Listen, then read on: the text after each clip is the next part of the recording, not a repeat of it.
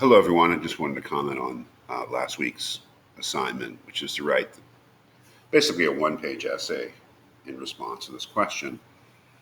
Obviously, there's no right answer.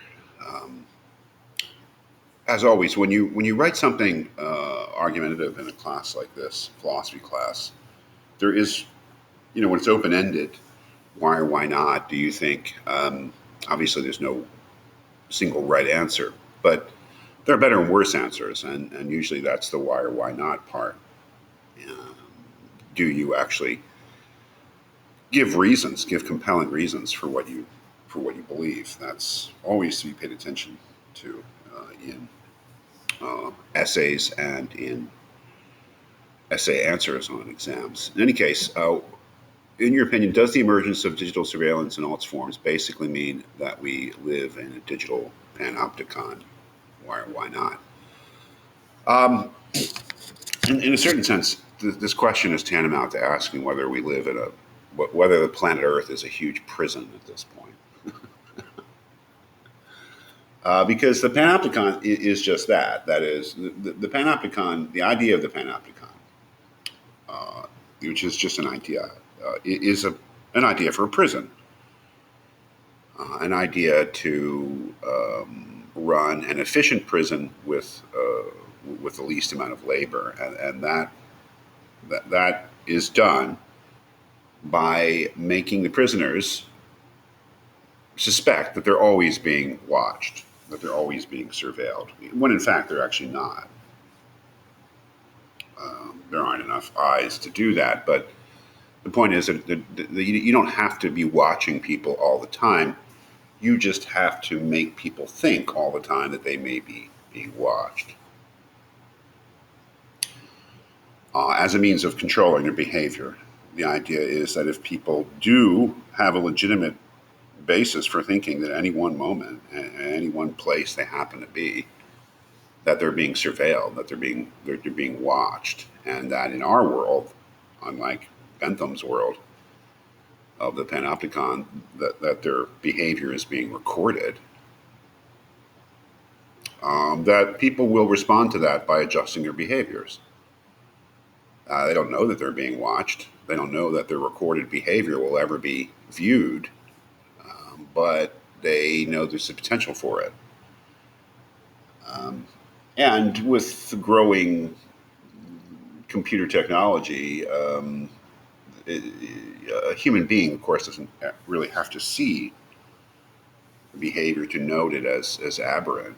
Perhaps an AI, even at this point, could pick out behaviors that are deemed suspicious, criminal, antisocial, whatever the idea is. So, really, the question whether we now live in a kind of a global digital panopticon is really the question about whether our society really is God, the structure of a prison.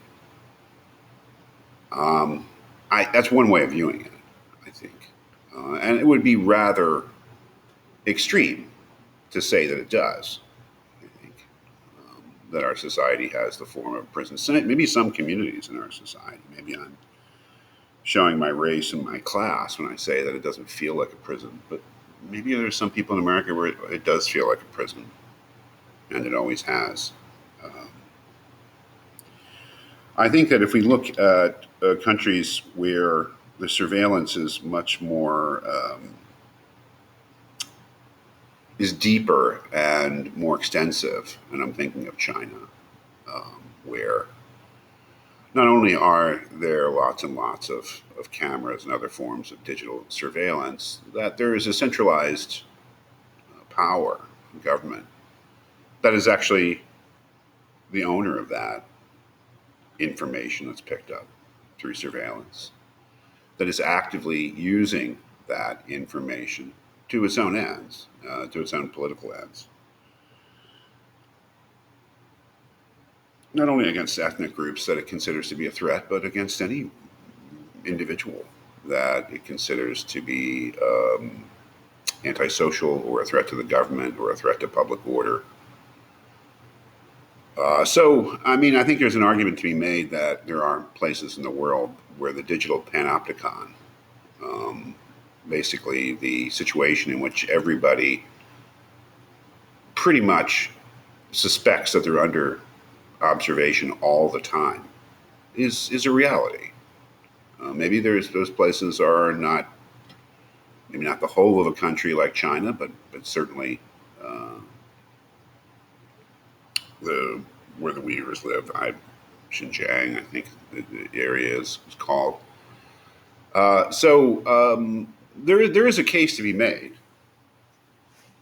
that if we don't, as a whole, human beings live in such a state, that there are certainly places in the world that are more or less panopticons. Um, there's also, there's also a case to be made that that's an extreme view. Um, in the case of the Uyghurs, the level of surveillance is so incredible that I think it's hard. Anybody who becomes the focus of a government like that, a government that doesn't have any restraints, like the Chinese government obviously doesn't have any restraints. The Chinese Communist Party rules the country as a dictatorship. There's no question about it. So it has no restraints in its behavior. It's not like there's a Bill of Rights that could, you know, possibly restrain its behavior. But once a government like that, and there are many of them around the world, focuses on you, there are no limits to what it can do, and there's no sense of privacy. So, um, but to say that we all live like that is maybe a little much. Um, so I don't know. There's no right or wrong answer here, but I think it's a pretty important question.